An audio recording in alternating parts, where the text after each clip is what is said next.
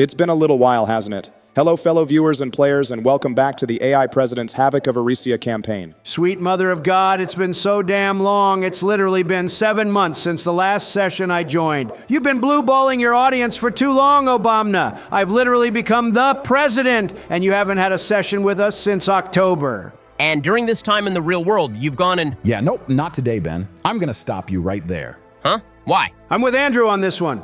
I don't think our audience would like to be reminded this series is a form of escapism, isn't it? Let's keep it that way. That's probably the most wise statement you've ever uttered. Thanks, Obama. 2025 has been a wild year. I don't know about you guys, but I'm still mentally stuck in 2024. You know it's June, right? Yeah, but ignorance is bliss, and boy am I blissful right now. Well, jokes about time aside, how about we get a recap of what occurred last session? How about I do it? I've kept some notes since last time. Oh, thank God someone remembers. Sure, go ahead with the recap, Shapiro. All right, let's see here. So we started off having dinner at Andreo's ship, the Gilded Bugato. It was a damn nice dinner, too. I got Lance Leshy as my personal chef. We did some recapping of our previous adventures at Erisia there, and we had a nice time. Our previous session was very eventful, so I'll try to shorten things. Penny and Lionel went to the top deck so she could catch seagulls, and Andreo explained his pyramid scheme. Then Chimera, a previous boss encounter, showed up and tried to fight us, but he collapsed from exhaustion because he had somehow swam all the way over to us. We dragged him to Orlando's lodge. I think Kim got recruited here. I don't know. My notes are kind of thin. Anyways, we got to bed and had a good long rest, waking up to breakfast and some traveling. I then also had a nice philosophical discussion with Orlando about oaths, which was pretty nice. I ended up brewing some potions from some monster parts too, which I'll hopefully get to use soon enough. Hey, by the way, did you take anything else other than the lionfish parts? Nope, I don't think so. Good. I'd beat your ass otherwise. So anyways, when I got back to the guys, the ship was about to get shot by A, and I quote, big-ass cannon. I really have no clue as to how or why, but it was strange as hell, and that was the end of part 1 of the session. Yeah, so it turns out Andreo hadn't had his ship registered with the Summer Isles, even though he had claimed to have been there before, so we all almost died. Luckily, yours truly did some quick thinking and got us out of the situation. By yours truly, are you referring to me because you did not come up with anything other than to panic and possibly shit yourself? Shut your trap, Shabibo. Let me have this. Fine. Lionel, completely on his own, with no other outside suggestion whatsoever, comes up with the brilliant and original idea to cast Flare Snap as an SOS signal to prevent us from being blown up. We had a con named Julius Kenzias show up on a metal ship, and apparently he's a colleague of Lionel's. We all had a nice little chat, and we got escorted to the docks of Summer Isle. Here, the gang is split in 3, and we get some diverging stories.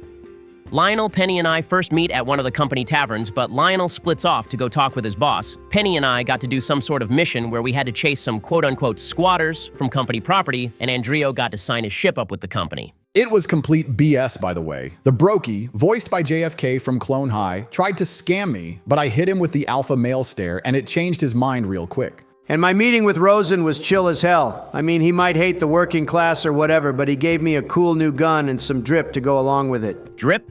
What, like a new piece of armor or something? Oh yes, you're all gonna see it eventually. Hey fellas, sorry I'm late. Secret Service tried to stop me from entering, but little do they know I have spectacular stealth. What the hell? How did you get here? Yeah, actually, how the hell did you find us? Oh yeah, my bad, guys. That was me. I maybe should have told you all about this earlier, but I invited Kim to join our sessions. Really? We got dictators on our doorstep now? Man, Sleepy Joe's administration needs to sharpen up. Donald, you're currently the president. Oh damn it, that's right. Don't worry, I'll still find a way to blame this on him. All right, on to the actual important news then. How come you're joining the campaign, Kim? Well, I've been quite the fan of the campaign ever since my character was introduced. I got to be a cool boss and all that. Barack reached out, and I'm excited to finally be able to play my character. It's gonna be the pirate's life for me. All right, nice. Glad to have you on board. Would you mind briefly introducing your choice of class, talents, and such? Sure thing. I brought a whiteboard to present it on screen too. Obama had to nerf Chimera so he wouldn't plow through all encounters with his boss HP and moveset, which is understandable. Currently, I'm a level 3 Songchanter Conjurer, basically a battle mage, with a mantra that allows me to add 1d4 elemental damage to my current weapon for 4 turns. The regular Songchanter class grants me some sweet mantra slot Regan, and a really good talent that allows me to combo symphonies into 0-star mantras. For my talents, Obama was chill and let me keep my glass dance crystallization attunement path, which is very nice. As you guys see here, the glass path turns all frost damage dealt by me into a 50-50 mix of piercing and blood damage. Some more stuff also changes, but that's for the nerds to care about. I got Stronghold and Health Pack, which both grant me incredible survivability to make up for the below-average hit dice my class provides. As for my mantras, I went for Twin Strikes, Master's Flourish, and Glass Daggers. I'm pretty sure the audience knows what Master's Flourish and the dagger move does, so I'll just briefly go over Twin Strikes. This melee range mantra requires 2 hits, dealing 1d10 weapon damage for each strike. If both hits connect, I launch the enemy into the air, and they take 1d4 bludgeoning damage from the fall. And finally, my base stats are shown here on the whiteboard. As you can see, I put a lot of focus into Constitution and Dex, whilst keeping my other stats relatively balanced. I decided to take a gamble on HP rolls, and it paid off well, giving me a solid 30 HP. I've got 15 AC and 5 mantra slots, thanks to the Conjurer path granting me an extra slot. I think that's all for me. Thanks, Kim. That was some solid info. And yes, this reminds me of something else. Since last time, our creator has been able to refine the Havoc system way more, adding tons more talents and fleshing out most of the classes. This means that Ben, Andrew, and Donald are getting buffed, since your classes actually grant talents now. Hell yeah, nice! That sounds pretty sweet. Simply incredible, Obama. I never doubted you for a second. We all know you're my favorite president. Yeah, sure, whatever you say. Let's go through these additions real quick, starting with Lionel's Gunslinger class. The level 1 talent doesn't change much, it's mostly there to grant proficiency with firearms, which you sort of already had. The level 3 unlock, however, grants you a pretty awesome mantra called Death and Taxes. At the cost of a main and bonus action, you fire a volley of 4 bullets, dealing 1d6 piercing each for each bullet hit. If 4 connect, then you're granted a main hand attack that deals extra bleed damage based on your charisma modifier. It has a 1-turn cooldown between uses to make sure you don't spam too hard. Spraying and praying, tremendous. Good to actually have a damaging range mantra for once so I can dish out some good DPS. Alright, next up is Andrio's Martial Artist class. Just like the Gunslinger, the level 1 unlock is mostly just there to allow you to deal actual damage with unarmed attacks. It also allows you to use unarmed attacks as bonus actions. An important thing to mention is that the base unarmed attack starts out with a very solid symphony called Vital Jab, costing just a reaction to use, and grants the user's next unarmed strike a +4 to hit. The level 3 unlock is a bit more interesting though. It's a talent called Uppercut, which for the cost of a main action allows you to strike an enemy into the air and follow up, granting possibilities for air combos. If your final attack connects, you slam your enemy down into the ground at an angle, dealing some fall damage. However, if you miss the initial uppercut, it goes on cooldown for a turn and all enemies are granted advantage on hit towards you. And for your Just Karita class path, you're granted a +1 to your dexterity, +1 to unarmed attack damage, and a symphony called Karita Cycle, which is shown on screen here. It's important to mention that a user can have more than 1 symphony, but all symphonies share a cooldown of 3 turns after one is used. Alright, beautiful. Some awesome combo potential is brewing here. I can feel it.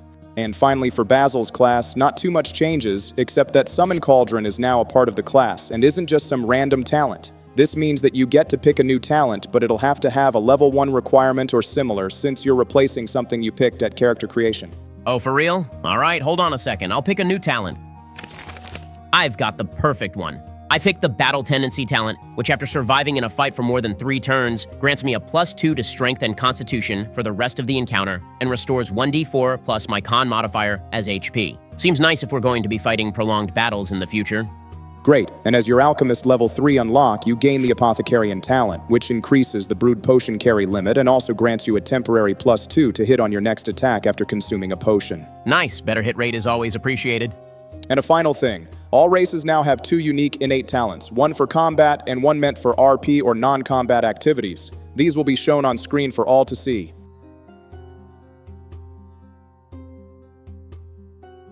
Well then, now that we've got all of that settled, are we all ready to begin? Yep. Born ready. Absolutely. Let's get it on!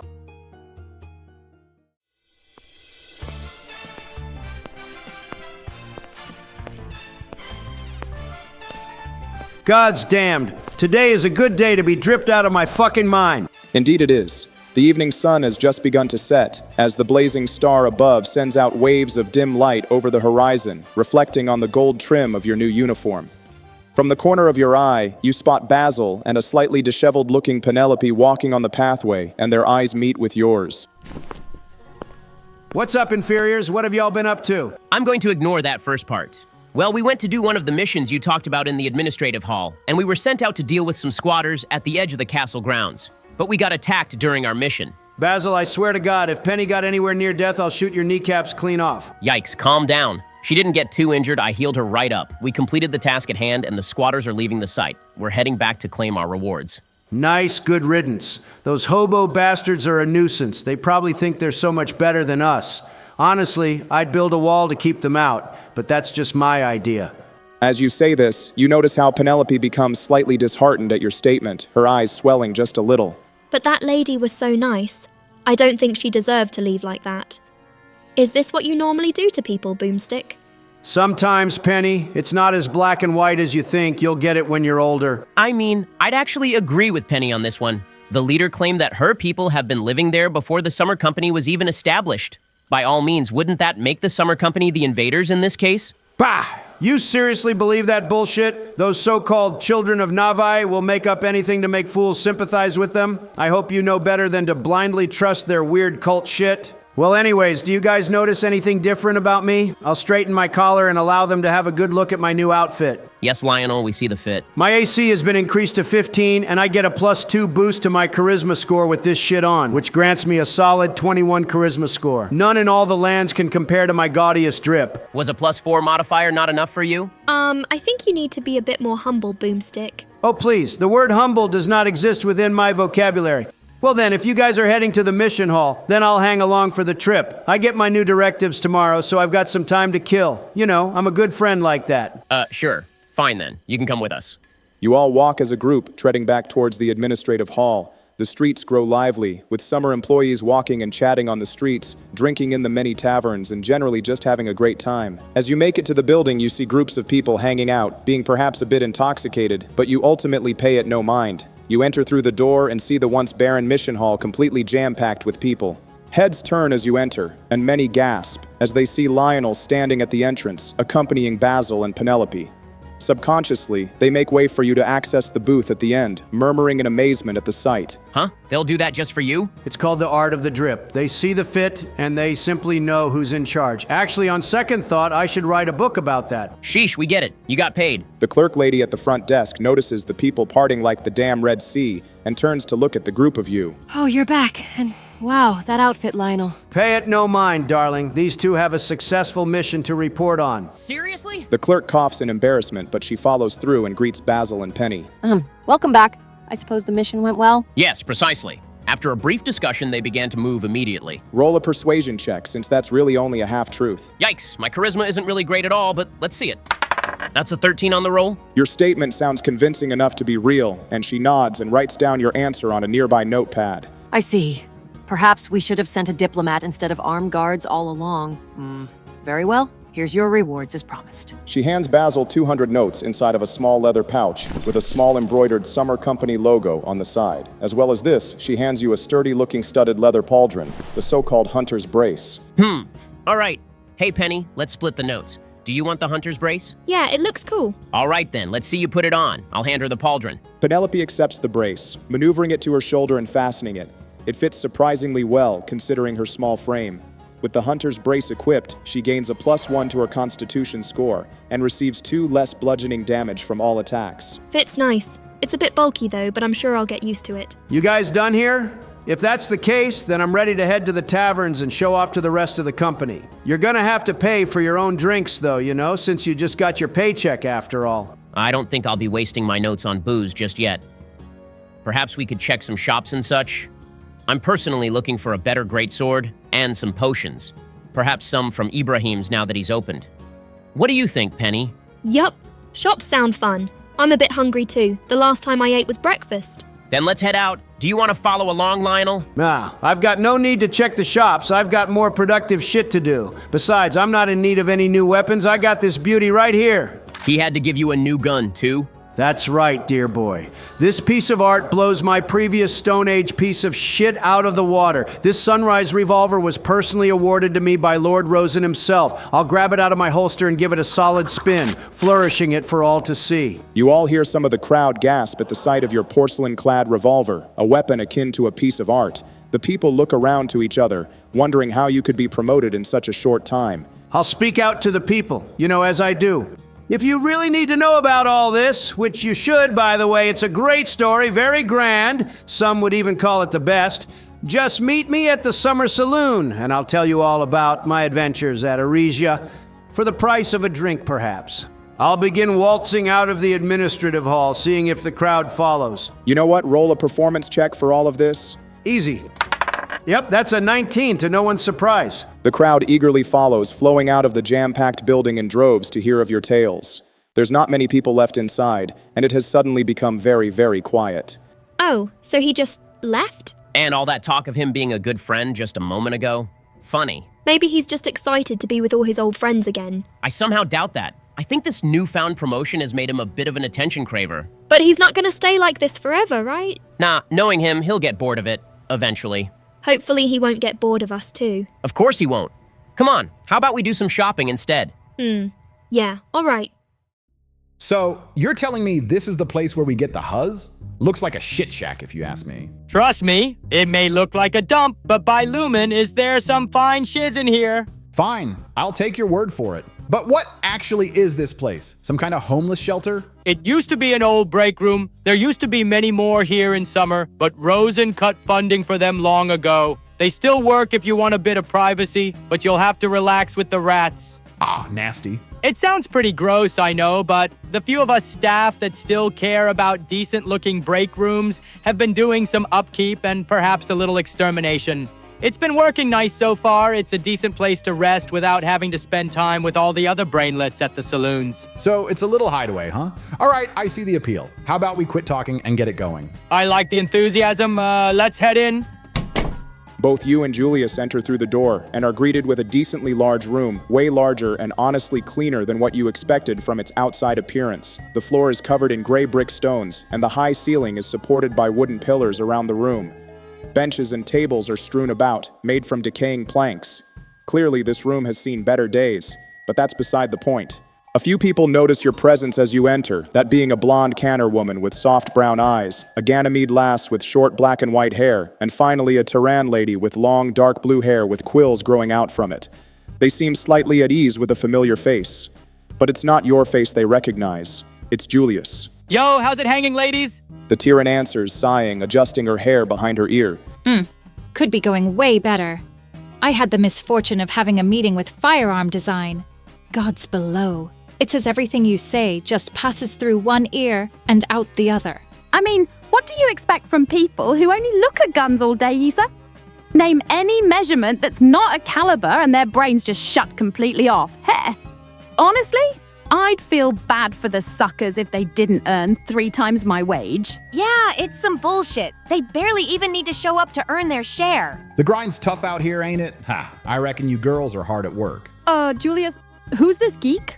This is Andrio Cutoff, you know, the pirate course guy. Yeah, does Rushler's University ring any bells? Sort of. You're a lot shorter than I thought. And somehow more bald. There's not enough money in all of Lumen to fix your lack of follicles. Hey, yo, what the hell? What am I catching all these strays for? I literally just got here. Because we've heard enough about you to judge your character. You wouldn't know hard work if it broke into your stupid brig and crushed your kneecaps with a crowbar. You think I'm some sort of trust fund kid? Yeah, honestly, it wouldn't surprise me. Like someone who's living on daddy's money. I didn't even get to know my dad, so you can piss right off with that. I lived like shit for several years before I was able to grind to the top. Try eating bark bread and grass salad for lunch, you snobby half-digested bitch. Holy shit, Andreo, calm yourself. Whoa, ho! The dog knows how to bark, too. Honestly, it's making me pretty intrigued. Come on, talk dirty to me, boy. The fuck? Gods below, Castanja. You have such terrible taste in men. You know I'm only into assholes. They hit just the right spot for me. Man, I miss Christoph. He was a literal psychopath. I was going to fix him. All right, shut up, all of you. Let's get the real questions in order. Why are you here, Andreo? Money and bitches, ma'am, in that order. Respectfully, of course. A very simple man. He has such a way with words. Wow, not even trying to hide it. Well, that sort of honesty is rare here at Summer, and I do appreciate that, however infuriating of a person you might be. Thanks. She leans forward a bit, lowering her volume significantly. But it's going to suck to have two assholes here now. All right, that's pretty funny, but I'm not that mean, am I? Oh, we don't mean you. It's that guy we're talking about. What, you kidding? How did he find our hangout spot? He's been here for almost half an hour. It's awful. Yeah, he's not even one of the hot ones either. He just prattles on and on about himself, and not in the funny or endearing way. You can't even talk to him like a regular person. All he does is snort, chuckle, turn around, and talk about his aura. Who is this guy you're talking about? He calls himself the guy. Probably the most obnoxious individual I've ever met. He has an ego that surpasses the very heavens. It's like he's living in his own little dream world. He's been leaning against the corner like he's some sort of supervillain. And he keeps pretending like he's the one in charge, just 'cause his dad's one of the higher-ups. And he reeks terribly. It's honestly nauseating, and he just refuses to leave. You know, if you could do anything for us, it would be to get that guy right out of here. I reckon I could teach this guy a lesson. Where is this clown? From the corner of the break room, you hear a chuckle, and a Kenor man straightens his back slightly. He runs his fingers through his scruffy black hair and smiles with a shit-eating grin. His toned sunglasses reflect slightly off the rays of sunlight, and he turns to meet Andreo's gaze. It appears a member of the crowd has been taken aback by my superior presence. If I were you, I'd show a bit more respect to the pride of the summer company. Bro, you know the Huzz is talking hella shit about you, right? I wouldn't be acting so high and mighty if I were described to have a nauseating stench. Oh, that's just my pure, unfiltered aura. Of course someone like you cannot fathom something of my caliber. And besides, the ladies simply cannot handle my high energy. You of all people should know that, Andreo Kotov. I've been studying you for quite some time now. What, are you some sort of fanboy? I'm flattered, but I've got enough meat riders on my crew already. Oh, but there is no cruising or corpuscle activity taking place here, Mr. Kotov. I'm not your average big talker. I'm a grandstand supreme and a true alpha male. I'm sort of like you, except better in every possible way. Explain, shithead. He chuckles audaciously, with pure, unfettered smarm and know-it-allism. His smugness is so vast that it appears to be creating its own gravitational force. Introductions are in order, it seems. I am the guy. Not a guy, not some guy, or that guy. This moniker isn't just a name. It's a title and an oath. An oath I've shaped through verbally annihilating all those who oppose me. An oath? Psh, get real, loser. Trust me, the only person I know who's done that shit could wear you like a scarf. You can't be nearly strong enough to forge one of your own. The countless people I've humiliated beg to differ, and their belief of me as the most powerful shit-talker in all of the East Luminant has quite literally granted me power. Strength isn't the only aspect required, you know. Bah, who am I kidding? Of course you don't know. There isn't a single thought taking place in your dome. I'll put you into the ground, worm, and it'll be easy. Bring it on, punk! All right, how does this stuff even work? Do I, roll for initiative? Not exactly. The initial turn order is decided by the challenger, which would be the guy in this case. Let's see what he has to say. You know, I'm gonna be generous and let you go first, Andreo. You're going to need it, and you'll see why. Oh, and don't try to kick your way out of this encounter. Because if I somehow make you so butthurt you try to kill me, I win by default. That's right. The big boys are playing now. Thank you, the guy. Yes, this does not work like regular combat. First of all, your total hit points, or ego HP as it's called, is calculated by the sum of your wisdom, intelligence, and charisma. For you, that'd give you a total of 32 ego HP. Hey, that's pretty good. 32. That's like a big number. Oh, what the hell, man? Nice number, but mine's bigger. Your main stats are wisdom, intelligence, and charisma, which are translated into determination, wit, and articulation respectively. To effectively hurt an enemy's ego, you must utilize these stats to deal damage and deflect enemy insults. And generally, the more accurate an insult is, the more powerful it becomes. More information is shown on screen since I don't want to stall this any longer, and neither do you. It's like you're reading my mind. All right, let's start this off strong. I came here for a battle of wits, yet you appear to be unarmed. 15 on my articulation. Your mom sucked me good and hard through my jorts. Counter! How the fuck is that a counter? It's too verbose. I know that ain't your style, bro. The guy has countered your insult with a comeback, nullifying your attack and dealing 2 ego damage. Oh, and the guy has responded with the "I screwed your mom" counter. Honestly, a very bold move for Andreo to start out with a witty insult, especially in this current metagame. What the? Are you guys doing commentary on this? That's right. Today has been boring as shit, except for maybe the death threats. So of course, we're not gonna miss out on any of this. Haha, that's right, adoring fans. It's only natural that my charm attracts a crowd. You stink. All right, but let's get real for a sec, Andreo. What's it with that empty void you call a hairline? I'm going to see if I can deal any guilt damage to him and respond with leukemia. Aw shit, that's a 6. Psh, get a load of this guy. Man, even if that were true, I don't care if I'm bullying a cancer patient. You're getting smoked like a pack regardless. Andreo receives 5 ego damage. The guy is straight up heartless. We all saw that coming, didn't we? Ah, damn it. I should have said that it was some kind of masculine martial artist thing. Too bad, should have thought of that earlier. Well, you know what? I'm sick of listening to your snobby, dumbass rich kid voice. Have you ever tried lifting a dumbbell, you twink? Maybe then you can be the so-called alpha male you claim to be, you know, sort of like me. 19 on my articulation. This dude's about to feel the heat. Of course I lift, bro. The guy fails his comeback and receives 11 ego damage. Andreo has deployed the alpha male defense. Ah, yes, the most optimal play in this situation. Fine. If that's how you want to play this, then I'll give you the fight you deserve. I've been going easy on you until now, you know. Oh, really? Go on then. Go hard on me. Wow, that's a terrible choice of words to string together, yes. Homoerotic subtext aside, I know what you are. I know for a fact that you're a complete fraudster. Captain Kotov? Ha! Don't make me laugh. Oh fuck, does he know? You see? I'm an analytical pilled gossip maxed Sigma. And I know that you've got a mysterious co-captain running your little ship. Who, considering your previous statement, is most certainly a big brolic black man. How did he know that? And wow, you probably needed him too, considering you almost got blown up trying to sail here. What? Don't be ridiculous. That never happened. Are you serious? That's a 3 on my determination roll. Don't try and hide it, bozo. Did you really think you belonged here in the first place, just waltzing in without registration or any manners or respect for those clearly above you? It's laughable.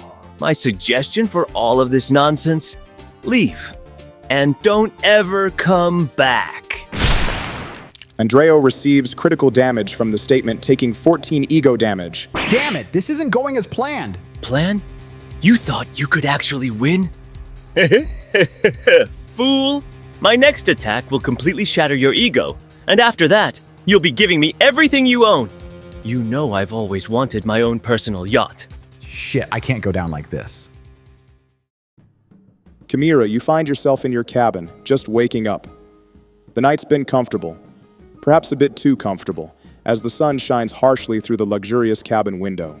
Ah, my back. Gods above, how long did I sleep? From a quick glance, you can tell it's way past noon and approaching sundown. Sundown? Man, I need to get my life together. Is the ship still moving? No, it is very much anchored. As you check through the window, you find the ship docked at an extensive network. Further ahead, you spot towers and castle walls wrought from stone into a powerful fortress of smoke and steel. That's right. I think I did hear them say something about heading to summer. Hopefully no one here knows of my reputation. I'll put on my clothes and try to head out. Food can wait. You open the door and head out into the extravagantly decorated living quarter hallways. Things seem to be mostly as usual, except there is a slight feeling of aloof silence. It's way too quiet for this ship, especially considering all the idiots that are usually aboard. I guess they've all departed. Well then, I'll navigate my way to the top decks and head out. I've got fools to plunder. As you walk out and navigate to the staircases, you see an incredibly odd sight. Pretty much the entirety of the crew is gathered at the steps of the staircases, with the few on the top poking their heads out to see the outside, patiently waiting for something to happen. What in the depths are they doing? I'll force my way through them and shout, "Move out, let me see what's happening." Roll for athletics. That's a 9. Not a great start. The laser-focused crewmates turn to meet you with irritation and block you as you try ramming through. Hey, our glorious King Andreo told us to wait until he gave us an order? Yeah, have some patience, fat ass. I couldn't care less about any orders. Now get out of my way, chump. Suddenly, some of the crew begin to recognize exactly just who you are. Their eyes widen in rage at the sight of you. Wait a second. Chimera? You're supposed to be locked up in a cell, you monster. Oh shit, I forgot about that. Jump his ass. Now alright, I know it may sound bad, but... Too late. The horde begins stampeding down the stairs, lunging towards you. Roll for acrobatics. All right, I can dodge this. What? Are you kidding me? That's a natural 1. I'm starting to believe the orange man's onto something. Unfortunate. You try to dodge the oncoming mass, but you trip and are suddenly buried by about 8 people dogpiling you. You receive 3 bludgeoning damage from all the bodies. Screw it. I'm venting to get these people off of me. Get off of me. With a blast of ether, you erupt from the mass as the crew goes flying in all directions. Minor damage is received by the crew, who land on various tables, chairs, and walls. Yet they stand up, ruffled, yet still determined. You might not be able to reach Summer that easily. I've got the perfect idea. I'll stand up and look to the side in panic, pointing my finger to the hallways I came from. Holy shit, Orlando's naked. You can't be serious. This nat 20 begs to differ. Mwah ha ha ha. Well, I'll be damned. The crew looks in complete surprise and tries to look to where you're pointing. Some begin sprinting to see the sight. Ha ha! Too easy! I'll sprint up the stairs with all my might, ramming my way through these idiots. You quickly make it through the distracted crowd, and they turn to look at you, realizing you've tricked them. They try to stop you, but alas, they're too scared to break any of the rules, so they don't dare to follow you to the top. So long, cowards. You are now at the top deck, and you can clearly see that you're at a dock, and further ahead are the wide expanses of the industrial castle and the forested isle. Looks beautiful. I'll make my way down, jumping off the edge of the ship and landing on the docks below it. Well, the ship is pretty tall, so I'm going to have you roll an acrobatics check. Okay, this time for sure. Now we're talking. That's a 21 on my check. You swiftly vault over the railing and plummet down, rolling as to not suffer any damage. You've made it out, and the isles are now yours to explore. Wonderful, let's get this going. You begin to walk through the first gates of Summer Isle, treading carefully on the wooden docks, as it appears to have been slightly damaged when Andreo docked his brig. As you walk through, you are met with a large sand beach, and with a massive staircase leading up to the main castled city. There appears to be 2 guards keeping lookout over the entrance, resting in the shade from the evening sun. All right, I see. I'll begin walking up the staircase, but first I'm gonna go fix my hair and dust my coat off a little. I'm going to have to look extra inconspicuous for this maneuver. As you approach, the 2 guards step up. Both are felonors, 1 male and 1 female. The man puts his palm forwards, urging you to stop walking. Halt. State your full name and reason for entry. Good evening, sir. My name is Chimera Blackblubber, and... Hold it. The guard raises an eyebrow and peers into your eyes. This is a serious question. This is not the appropriate place nor time to joke around. State your full, proper name. It's Kimio Unakashi, sir. As you tell them your name, you notice how the woman seems to be writing something inside a leather-bound book with a beautiful white quill. See, that wasn't too hard now, was it? State your reason for entry, and we'll make this quick. I'm here for, business. Yes, big business economy activities. As you exclaim this strange remark, the female guard tilts her head slightly. She continues to write down the details and promptly pauses, waiting for further information. Business? What kind exactly? Merchant stuff. I have quality wares to sell. Really? Well, that would require a paid license. If you are not in possession of one, then you can of course purchase one at the administrative hall. Oh no, I'm not setting up a stall or anything like that. I'm trying to pawn it off. You should probably roll for deception, since honestly you have nothing to sell at all. Of course. As you might know, my wares are a bit more temporary. I'll give the dice a good toss. A solid 18, that ought to do it. Upon hearing this, the female guard taps her forehead and looks down at her book, frantically writing something down. She closes it and sighs. You should have led with that. Welcome to Summer Isle. As a reminder, try anything funny and you will probably get shot. Of course, someone of your stature probably knows how to behave. On the topic, that is a very nice coat, sir. Thank you all. Yes, no funny business will be occurring. Only proper, serious business. I'll walk right past, confident and proud. You arrive into the central hub area of the city, with ground covered in hewn stone and castle-like buildings surrounding you. The air reeks of soot and noxiously sweet fumes as the employees of the company celebrate the evening with drinks and distant laughter. There's people out, but they'll be distracted. Perfect. I'd like to try to find the nearest pawn shop or anything I could sell my stuff to. Sure, roll for perception. A 13 on my roll. As you walk through the narrow streets, you come across something promising. It's an antiquary, a place where antiques are pawned off for notes. Ka-ching! With dollar signs, or I guess note signs in this case, in my eyes. I immediately look behind and ahead to make sure no one sees what happens next. It's for the most part empty, as the people are too busy partying further into the main plaza instead of circulating through these narrow streets. All right, here we go. I'll begin to form a massive amount of decently carved and detailed glass rubies, making sure each one has that perfect glare so they look super realistic. How many fake rubies are we talking about? I don't know, like 30 at least. How long will one of these fake rubies last? About 2 minutes tops. All right, that's not optimal, but if I'm quick, I can get the money before they disappear. I'll start to generate them. Give me a straight intelligence check for how the process goes. Okay then, I hope a 16 works well enough. You begin to generate a staggering amount of imitation rubies from the power of your ether, consuming a mantra slot. Most appear to be just fine, visually appearing to be copies of each other, but there are a few small outliers that are slightly chipped or not carved. That works better, actually. If they were all perfect, then the shopkeeper might get suspicious. I'll hide the rubies under my coat and confidently walk in. You enter the Antiquaryy and are greeted with a cramped yet comfortable shop. A bell rings as you enter. Old porcelain, utensils, and gun barrels are shown on display in neat glass boxes. The owner appears to be a man in his 20s. He wears an immaculate silk vest, along with well-kept black hair and a glorious mustache surpassing your own. His arms are heavily feathered, featuring long nails that resemble talons. He appears to be a member of the Tyran race, specifically a Corvian variant. He seems generally pretty bored, but he jumps to life as you enter, forcing a smile and an introduction. Welcome, valued customer, to Danny's Antiques. What are you interested in? Good evening, sir. I've come to sell a most peculiar collection of ruby gemstones. These have been in my family for generations, but I believe it's time I part ways with them. Ah, splendid. Would you mind showing them to me? Of course. I have them right here. I'll reach into my coat and bring out the piles of rubies stuffed within and plop them right down on the table. The owner looks incredibly shocked at the sheer quantity of gemstones, and he brings out a looking glass in order to inspect them. He picks one at random and observes it up close with the tool, checking for impurities. Peculiar. They have a certain weight to them, a heft of sorts. Really? Wow, that's crazy. Not crazy per se, but at least unusual. Do you know the source of where these came from? The source? They came from, the ground. Yes, they came from deep below the earth, excavated by my beloved great-granddaddy. Ah, how he yearned for the mines. Roll for Already prepared. 17. It should be convincing enough. The owner hears your odd story, but seems to take it at face value as he inspects a few others. He puts down the looking glass and stretches his fingers. All seems to be going well, but you feel a terrible sensation in your stomach as you notice how the stones are about to expire. In order to keep them solid, you'll need to succeed a concentration check, basically just a flat wisdom save. Ah, crap, please hold.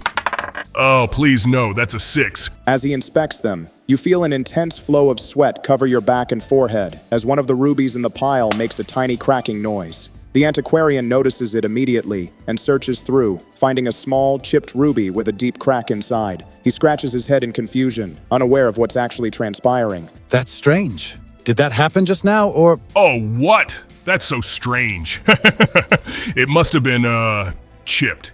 Yes, it must have been chipped as I put it on the table along with the rest of the pile. Oh, what a tragedy. Unfortunate for sure. This will bring its value down significantly. It is what it is, I suppose. Not all of them can be winners. That much is true, dear customer. Chimera, roll another concentration save. Please work! Huh, that's a 16. That should hold for now. You feel your head pulse as you mentally try to keep all your faux gemstones intact. The shopkeeper finally looks at you and sees you sweating quite the river. Are you quite all right? Sorry. I've been walking all day and it's just really quite hot in here, don't you agree? Oh, yes. Today has been positively blazing. Well, my good sir, these are quite fine gemstones, I say. For the quantity and quality, I can do 430 notes for the whole batch. Make it 450 and we have a deal. Roll for persuasion. Yeah, I'm on it. 17. Nice. I suppose I can live with 450. All right, do we have ourselves a deal? I believe we do. I stretch my hand forwards to shake on it. The owner shakes your hand, and you notice how he is slightly creeped out by how sweaty your palms are. But nevertheless, he hands you a decently large sack of notes and bids you farewell. I'll thank him for his business, accept my hard-earned cash, and briskly walk out the door, but not too fast as to arouse suspicion. Roll a final concentration save. And now it all crashes down with a solid 2 on my roll. You finally come to meet the door, but just as you touch the handle, you feel something snap inside your head. You suddenly feel at ease as a connection is severed. As this proceeds, the fake rubies begin to crack and dissolve into ether dust. much to the shopkeeper's horror. You glass-dancing bastard twat! They're all fakes! Scammer! Thief! Welp, time to get the hell out. I'll swing open the door and sprint the hell out into the passageways. As you run out and into the passageways, a few employees turn to look at you as the shopkeep screams at the top of his lungs to get people's attention. They don't have time to stop you as you blaze right past them. However, as you run into a forking path in the alleys, a small mob of guards notices you sprinting for your life, along with the shopkeeper hot on your trail. He begins to shout something to the guards. Guards! This man has robbed me! Help me out! The guards don't seem surprised in the slightest. Some even sigh upon hearing the request. For real? Man, just when I thought the day was over. It's nice for target practice, I guess. The group of guards cock their weapons and take aim, like clockwork. Oh shit, they're gonna shoot me. No trial, no nothing. Roll for acrobatics. That's a 22. I'm Neo in this bitch. The summer guards kneel and fire a precise salvo with their rifles and flintlocks against you. With uncanny reactions, the ex-pirate Chimera dodges it easily, rolling the side whilst doing so and avoiding the barrage. Upon seeing this display, the guards are completely flabbergasted, yet one stands up and begins casting a mantra in anger, charging up a flaming pulse in his hand. Oh, so that's how you want to play this, huh? Good luck sidestepping this, criminal scum! Shit, alright, I need to think fast. Wait, I got it. Can I roll to attack to cancel his mantra cast? Sure. Give me a successful attacking roll with whatever you're attacking with. I'll be casting my Glass Dagger's mantra to strike him in the arm and hand. Now let's see a good roll. 15 to hit, 2 piercing, and 2 bleed damage. Does that pass, by the way? It just barely does. You send out your volley of glass daggers behind you, hitting the guard in the hand, forearm, and shoulder, canceling the mantra as he yelps in pain. Ugh! Clever bastard! The injured guard glares at his hapless comrades and shouts at them. Go on, you lot! Do something! Anything at all! Sure, boss. The other guards begin to run towards you, catching up to your speed as they sprint side to side, blocking you from any juking maneuvers. You'll never catch me alive, summer suckers. You've come to the end of the hallway, and there is now a large open marketplace shaded with cloth canopies. Some merchants frantically look over to see you on the run, but no one has time to stand up or stop you. All right, let's not draw more attention than necessary. I'll begin weaving through the crowd, making the other guards lose me in the process. Roll for stealth. 14. That should stop him. You swerve through the crowd, dodging the passing crowd and present stalls. However, one singular persistent guard manages to follow your trail and outspeed you. They raise their rifle, ready to deliver a bludgeoning blow to the back of your head. Shit, I don't have enough MS to vent. That's a 24 to hit and 11 bludgeoning damage. Roll a Constitution save in order to keep running. This is exactly what I'm kitted out for. Natural 20 on the con save, a very welcome surprise. The grunt smacks their reinforced stock against the back of your head, dealing quite a large amount of damage, probably causing severe whiplash. But to their shock, Chimera simply tanks through it and keeps running. With a final swerve, you dodge a stall which the grunt accidentally runs into, causing chaos inside the marketplace. Can I roll to see if I can find some sort of house to hide in? No need to roll, as the civilian quarters is just ahead of the marketplace. Perfect. I'll just bolt in there and find the nearest possible house to hide inside of. As you run through the gate to the civilian quarters, you find a dainty stone brick house with a completely open window, where strange fumes seem to be emanating from. No time to think about consequences. I'll jump right through. Give me an acrobatics check for that. 16, easy peasy. You leap through the window and land with quite the bump against the wooden flooring, rolling as you come to a stop. The room has several cast iron cauldrons bubbling with an icy cold liquid, which seems to be the source of the strange fumes you saw from the outside. You look up to see a con woman with long dark hair and a ponytail, cooking something inside of a pot. She turns around with shock in her eyes and wails awkwardly at the sight of you crashing into her home. Eek! What are you doing here? I can explain. You both find yourselves strolling through a marketplace out in the open streets, with the evening sun just creeping above the shaded stalls. Each stall seems to be selling something unique, although most of it seems to be related to firearms somehow. Casings, stocks, cleaning services, and products, and all the likes. See anything interesting, Penny? Oh, what about that one? She points to a stall selling ether crystals of some kind, with a blind old Adredian lady with graying hair running the stall. Hey, don't be fooled. Those could just be regular rocks for all we know. But they look cool, and I want some. I sigh. All right, sure. But promise not to get sad when they don't do anything, okay? I'll stand back, looking at a distance. I promise. She skips over to the stall, excited for what's in store. The old lady hears her walking over and responds with a sweet smile. Oh, good evening, little one. Hello, lady. How do I buy one of these pretty rocks? Ah, but do not be mistaken. These aren't any ordinary gemstones. These are mantra prisms. Each one contains a sealed mantra, which can be broken and used in a pinch. That sounds interesting, actually. I'll move over to the stall to see them up close. The young Felinor looks in amazement and points to one of the prisms on the table. Oh, what does that one do? This one? Yeah. This one contains the graceful flame mantra.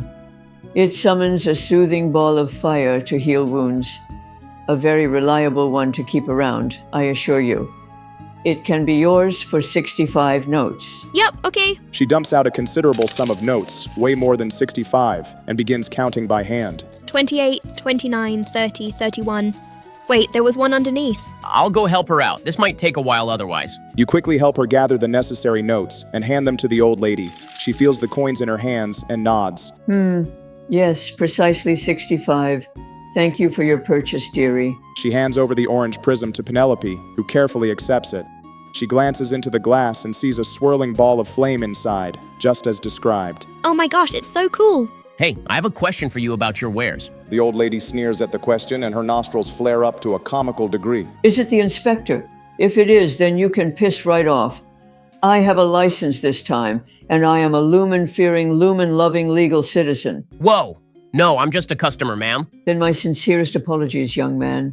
What is it you ponder? I'm just wondering how these prisms work exactly. How do you store a mantra inside of an object like that? It is the art of ether confinement, an old art indeed.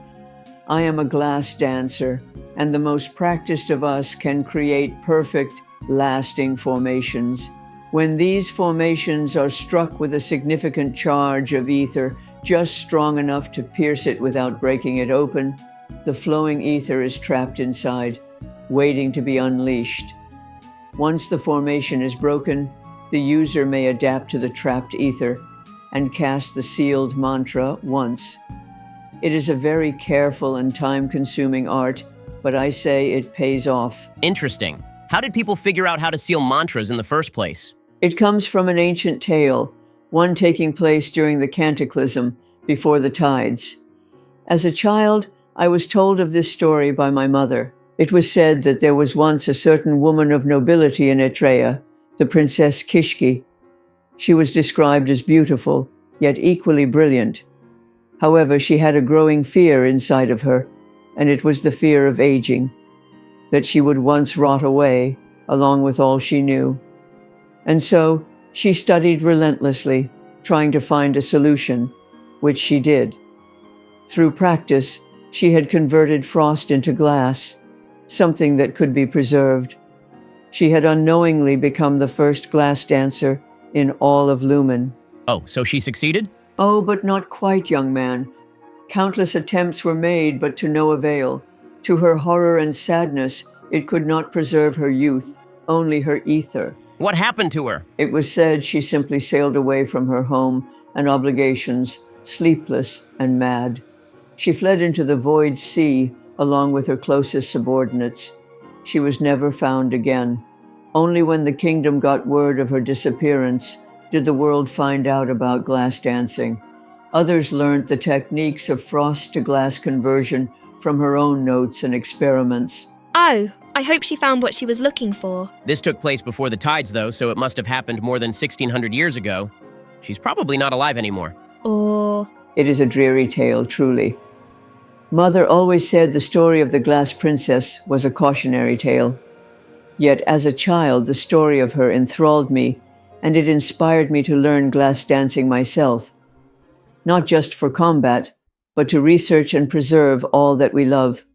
Well, on the subject of prisms, I'd like to buy one as well. Which other ones do you have in store? Too many. I can't rabble them all off the tongue. Simply name something you seek, and I might have it. All right, do you have anything for a traversal? She blindly searches through her wares, briefly feeling each individual product with her fingers. Her hands stop, clasping an icy blue prism, which she gracefully hands over to you. This should contain the Glacial Arc mantra, allowing you to create an icicle bridge to utilize when crossing gaps. I'll give you the same price as the girls, 65 notes and it's yours. Deal! I'll hand over the money and gladly accept my new little escape tool. As she did with Penelope, she feels the coins weigh in her hands and nods. Yes, precisely enough. Thank you for your purchase, young man. I hope you find use of it if the time comes. Farewell, young ones. Thank you for everything. The stories were wonderful. Yup, what Basil said. Bye-bye, old lady. I'll put it in my bag and begin walking further ahead into the marketplace. Cool. We have matching rocks now, Basil. Heh, I guess we do. All right then, Penny. Where do we go next? As you say this, you suddenly feel an unexpected, disgusting chill going down your spine, and the world seems to stop for a moment. You hear a very distinct voice behind you, one very familiar, yet startling. As you turn around, you meet her gaze against her mask. She is lanky, towering way above you and Penelope, with flowing hair going down to her back. Her garments consist of a long, flowing black alchemist robe and a black scarf, obscuring her silhouette. Well met, student. To think I'd find you here at Summer Isle of all places. What the? Sia, is that really you? You seem awfully surprised. Perhaps you're not used to seeing me outside of a classroom. How has the expedition fared, student? It's been successful enough, and I have samples. It's just that I thought you were still at Aratel. The old Vesperian lets out a soft laugh, muffled by her chitin mask. Us elders need vacations too, do we not? I was planning on returning tomorrow, yet we meet with such immaculate timing. Come with me, student. A lot has transpired, and you have much to catch up on. Of course. Take me to where I need to go. Basil, who is this person? Upon hearing the Felinor's question, she straightens her back slightly. Of course, you see no expression, yet you can feel a certain disdain in her body language, and she whispers something to you in your ear. Student, would you mind letting your companion wait until us adults are done discussing our matters? Sorry, Penelope, but you'll have to continue shopping on your own. I'd love to stay, but I have to do something very important. Stay safe. Oh, okay, I'll try. Basil, you find yourself tailing Sia deep into a basement below one of the large towers, following into a narrow, descending staircase riddled with dirt and sparse lighting. The tall Vesperian alchemist lights the way down with a faint spark emanating from her hands, casting harsh shadows upon the old brick walls. As you approach the last steps, she opens an old metal door at the end of the staircase with a key from her belt. It swings open, and a grand laboratory reveals itself. All manners of alchemical equipment are seen. Boiler flasks, burners, distillers, cauldrons, and neatly sorted ingredients stored in glass jars on the various shelves. Clearly, this isn't your average summon cauldron setup. This is the mark of a true master of the material arts. She walks into the room and snaps her fingers, causing electrical sparks to light the area, suspended into the air, creating dim yet functional lighting. How long have you had this here? This can't have been some overnight project. Long enough. I admit, it's not the most well-kept of workspaces, yet I have several more like this in reserve. These are usually not to be seen by students, but alas, you return much faster than anticipated. So the summer company must have allowed you to set up a lab here? It's not as much as the summer company allowing me than it is Rosen himself granting me permission. You know him? No, you have no clue, student. We go much further back than that. But that's beside the reason for our visit here. Present the samples, if you may. Of course. I'll bring the sample bag out from my pack and carefully hand it over to her. Oh, and I should tell you in advance that these samples are dried. I hope that does not make too much of a difference, since the quality wasn't specified. It should not be an issue. The qualities I seek do not lie within any moisture. She picks up the pouch and opens it with two of her fingers, feeling the texture with her fingertips. She then inhales sharply, and you can visibly see the vibrant fumes of the blue cap mushrooms drawing into the sides of her mask. Oh, that's just the scent I remember. Yes, this should work. Excuse me for just a moment. She removes her cloak and scarf, laying them on a nearby table. Without her silhouette obscured, her frame is bony, and you can almost see her ribcage through her undershirt. You've never seen her like this before, and especially not the large metal bracer covering most of her left arm, slotted with an assortment of strange, glowing tubes containing liquids you do not entirely recognize. Wait, what is that on your arm? I've never seen anything like it. She rolls her shoulders and adjusts her arm, slotting some things back into place. Simply an accessory of my oath as a salt chemist. You swore an oath as a chemist? What does that entail? I swore to fully devote myself to the material arts when I myself finished my studies. I hope you continue on this legacy once you're finished as well. As for what it does, it allows my processes to fare a bit smoother, that is all. I'd like to roll for perception to see if she's telling the truth. Go ahead. That's a 12. You can't exactly tell, but it honestly seems to be true enough. She may or may not be withholding information, but perhaps not every oath needs to be a psychological exercise. Fair enough. The pale woman approaches a large cauldron on the far back of the room, breathing life into it with a flick of her wrist and making it swirl with a familiar viridian green. She adds a few of the samples into the mix, creating a neon blue solution which lights up the entire lab. I'll approach to see it up close.